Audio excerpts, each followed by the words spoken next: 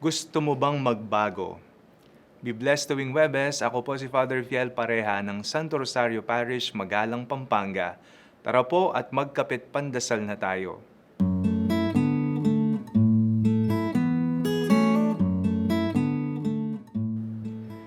Sino ang gusto sa pagbabago?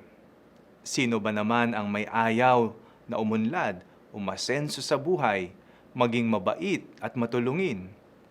Be careful also, what change do you want to happen in your life? Is it for the good or bad? Kung ako ay may planong magbago, tunay nga bang ako'y makikinabang at ang mga tao sa aking paligid? Baka kasi makasariling pagbabago lamang yan, na akala mo mabuti pero in the long run, ikakasama mo. O kaya naman, you don't need to change a good attitude, you just need to improve it more. Nourish it more, alagaan at payabungin pa ito. What are the things you want to change in your life? May isang tagpo sa Biblia na kung saan sa harapan ng mga alagad, nagbagong anyo si Jesus.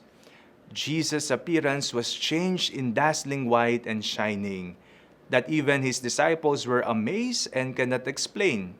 Ito ang tinatawag nating transfiguration of the Lord. Anong mensahe nito sa atin? Nagbabago tayo para sa mabuti. Nagbabago tayo para mas lalong lumiwanag ang ating buhay. Magbabago tayo upang makita ng iba ang kaningningan ng Diyos. And we realize that without God's grace, we cannot change. Now that we realize that we need God, how can we now approach the Lord and say to Him, Lord, I want to change? Let us go back on the context of the transfiguration. Nangyari ito when Jesus is at prayer. Prayer changes us. Prayer transfigures us. It is in conversation with God that we allow God to be God and work in us. Sa panalangin, tayo ay binabago ng Diyos.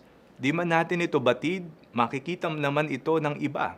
Magniningning ang kadakilaan ng Diyos sa ating buhay. As Christians, it is indeed a constant challenge for us to change for the good. To be transfigured to Christ, we need to be disfigured of our own failings and wickedness so that we can be configured to Him. Let us pray. Merciful God, change us. Renew whatever is broken and tainted by sin.